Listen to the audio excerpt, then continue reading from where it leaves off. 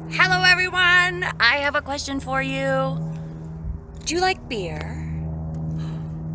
Me too! Well, I mean, if you agreed, then I've got a surprise for you! I'm at Downhill Brewing, and we're going to be talking with the owners about their business and how they do it. Stay tuned! Hello, sir. Hello, ma'am.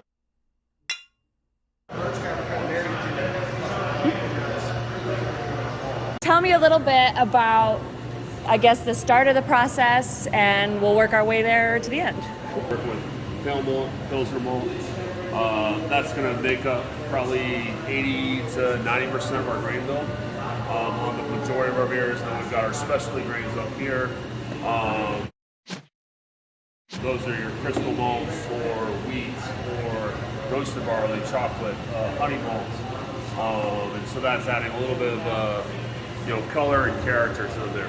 Right. And they'll each have their own flavor profile too, right? Yeah. Each have their own flavor profile and each have their own country of origin. So we're importing malt. A lot of it comes from North America. A lot of it comes from Germany, from the UK, depending on the style that we do. Very cool. Our Munich Center from Canada. And you do a lot of importing of some of your ingredients? Or is it local Most of the source? malt, occasionally we'll get hops that are either English or German. But a lot of our stuff is coming from the Yakima Valley. Very cool. Portland area. Are these the ones that aren't like up anymore? So these are all beers that have been done in the past. Some of them will come back.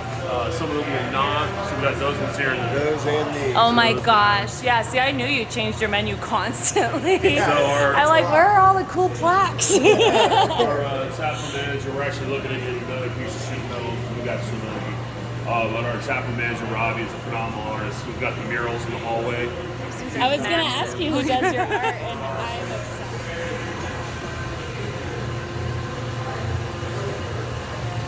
Yeah, one of the things I tell people when I bring them here is that you can't really look somewhere without having something cool to look at.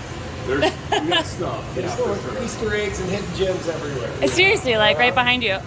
The squatty potty here. So, Oh my god. Brand new brew house. We just got this. First took over. Did you know this was a brewery before? No, I'm actually new-ish to Parker, so Okay. I moved here like 5 years So ago. Doug and I took over 5 years ago tomorrow. Yeah. Oh, anniversary video. Anniversary. This was Elk Mountain Brewing Company from 2010. Watch about Oh, I'm so sorry. From See, I'm in the way. 2010 to 2017 when we purchased it. And Okay. that was just a brewery doing food trucks out front. Looked a whole lot different here, a whole different vibe. Yeah, So we yeah. came in, kind of put our stamp on it, put the pizza kitchen in.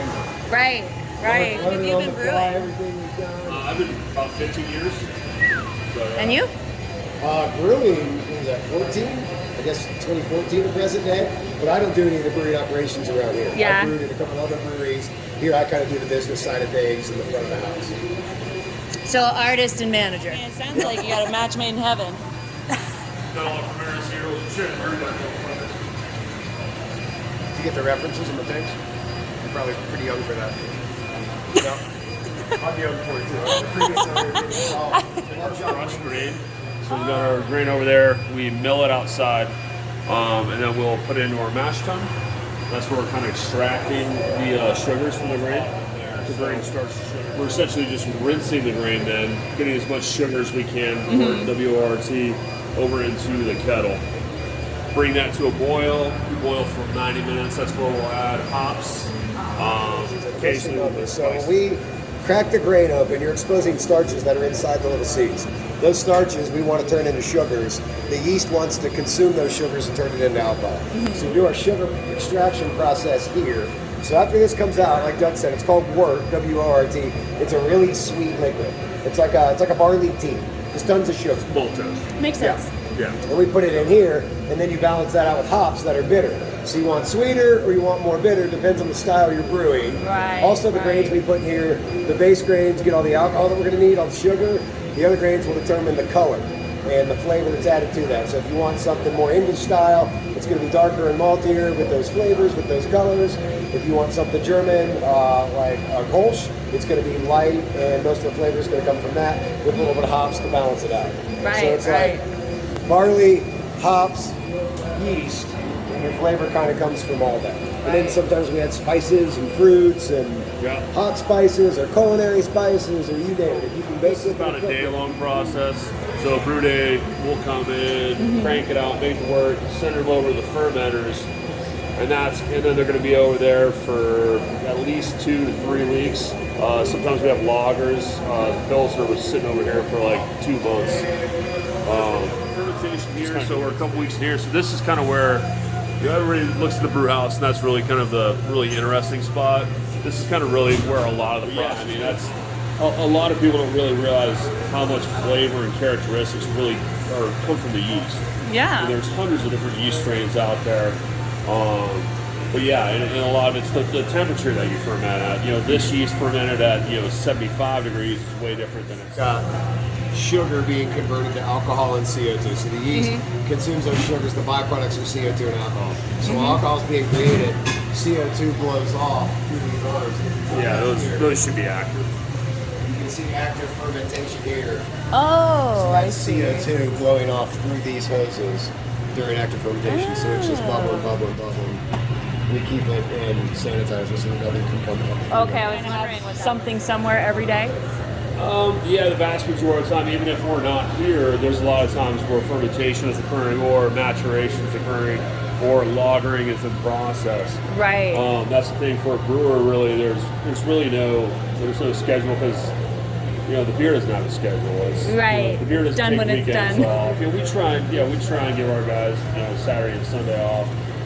Certainly Sunday's a day that we try not to have anybody have to come back here and do stuff. But it's holidays and stuff that beer doesn't know any different. It's just doing its Right. thing. Beer doesn't worry about President's Day or any of those days. So Beers, kids, and pets. yeah. the only True, things, right? the only There you things go. that just don't care. Once we're done, we'll move the beer over to our cooler.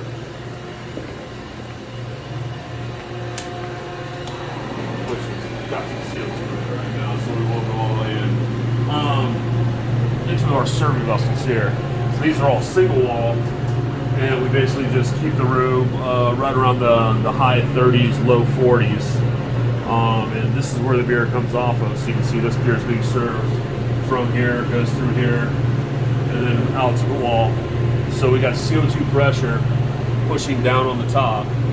So when a bartender opens the tap, pressure pushes the beer up and out. Close it up. That is way cool. So, like the world's biggest kegs. They are.